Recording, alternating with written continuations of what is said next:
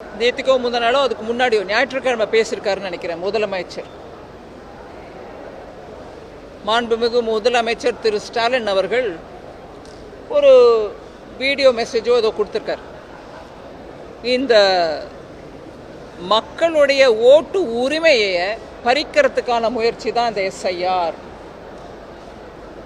நம்மளுடைய ஓட்டு உரிமையை பாதுகாக்க வேண்டும்.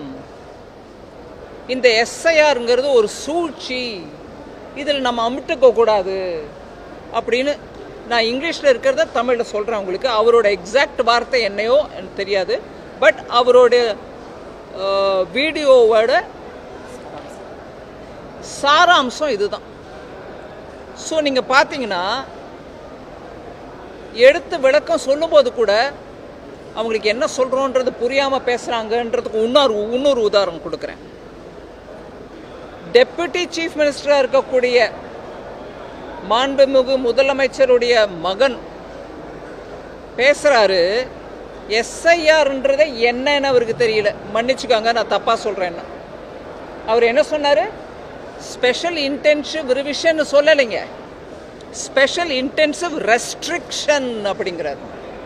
ரிவிஷனுங்க, ஓட் லிஸ்ட்டை ரிவைஸ் பண்ணுறது. ஒவ்வொரு தேர்தலுக்கு முன்னாடியும் அதை மாற்றுவாங்க. இறந்தவங்க பேரை எடுத்துருவாங்க, ஊரை விட்டு வெளியூருக்கு போனவங்க அவங்க பேரை எடுத்துருவாங்க. இல்லை வேற ஊர்லேருந்து வந்து இங்கே ஒரு 10 வருஷமாக இருக்கும், ஆனால் எங்கள் பேரே இல்லைங்க ஓட் லிஸ்ட்டுங்கிறவங்க பேரை ஆட் பண்ணுவாங்க. இப்படியாக ஒவ்வொரு தேர்தலுக்கும் முன்னாக எலெக்ஷன் கமிஷன் ஒவ்வொரு தேர்தலுக்கும் முன்னாடி நடத்த வேண்டிய இன்னவே சொல்லணும்னா கட்டாயம் இருக்குது.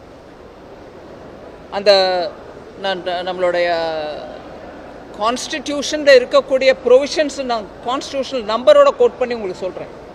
இது ஒவ்வொரு முறையும் ரிவிஷன் கான்ஸ்டிடியூஷனில் எலெக்ஷன் கமிஷன் செய்ய வேண்டிய கடமை அவங்களுக்கு இருக்குன்றது நம்ம அரசியல் அமைப்பு திட்டத்தில் சொல்கிறாங்க கிளியராக.